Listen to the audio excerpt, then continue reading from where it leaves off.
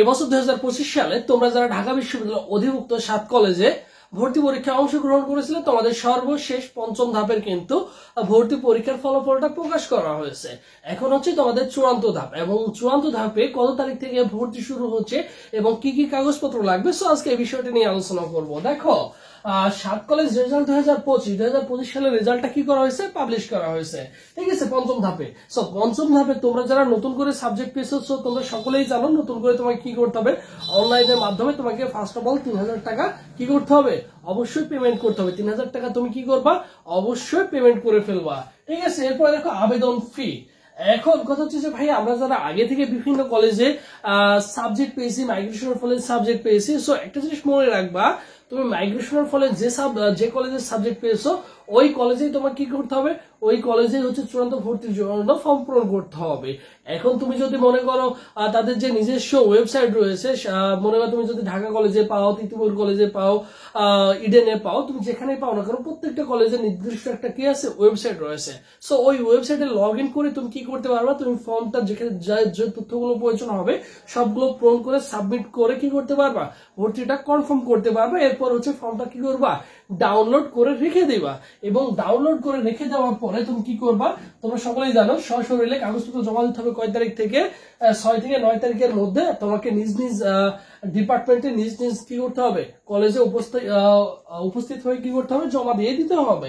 এখন দেখো তুমি দেখো ঢাকা বিশ্ববিদ্যালয় অধিভুক্ত যে 7 কলেজ ছিল, 7 কলেজের ওয়েবসাইট মেনটা দেখো, আবেদন ফি তুমি যখন আবেদন করেছিলে, এরপর দেখো রেজাল্ট, তোমার যে রেজাল্টটা পরীক্ষা দেওয়ার পর রেজাল্টটা ছিল, এরপর দেখো বিস্তারিত ফর্ম ছিল, এরপর দেখো ভর্তি ফি নতুন করে কি হয়েছে, ভর্তি ফি হচ্ছে নতুন করে অ্যাড করা হয়েছে। এইখানে তুমি ক্লিক করে কি করতে পারবা, তোমার হচ্ছে ভর্তি ফি ভর্তি ফর্মটা কি করতে পারবা, অবশ্যই পেমেন্ট করতে পারবা তোমরা যারা নতুন রয়েছো। এবং তোমরা যারা কাগজপত্র জমা দিবা তোমাদের কি হবে, প্রত্যেকটা ইউনিভার্সিটি আমি তো বলেই দিলাম, প্রত্যেকটা কলেজের হচ্ছে নিজস্ব ওয়েবসাইট রয়েছে, তিতুমির কলেজে রয়েছে, ঢাকা কলেজে রয়েছে, ইডেন কলেজে রয়েছে, জাতীয় কবির রয়েছে।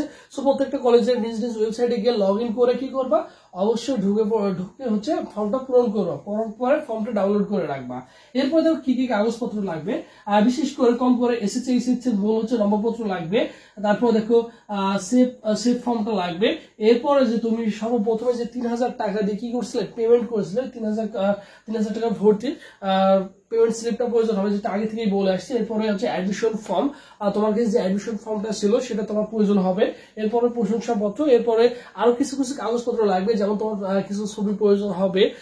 তারপরে তোমার আরো কিছু কাগজপত্র যেগুলো নিয়ে তোমাদের বিস্তারিত আগে ভিডিও দিয়ে দিচ্ছি, ওখান থেকে ওই তথ্যগুলো কালেক্ট করে নিয়ে চলে গেলে হয়ে যাবে। মোটামুটি এই তথ্যগুলো তোমার কিন্তু কি হবে, প্রয়োজন হবে।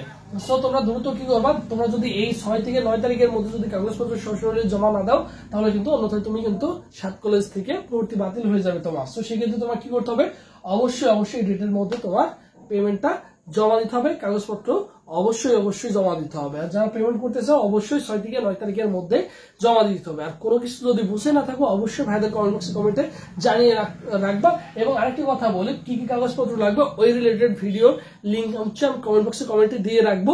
ওখান থেকে তুমি চাইলে কি করতে পারো, অবশ্যই দেখে নিতে পারো যে কোন কোন কাগজপত্রগুলো তোমার নিজ কলেজে বা নিজ ডিপার্টমেন্টে প্রয়োজন হবে। সো ওইটা নিয়ে আমি একটা ভিডিও লিঙ্ক কমেন্ট বক্সে কমেন্টে দিয়ে রাখবো।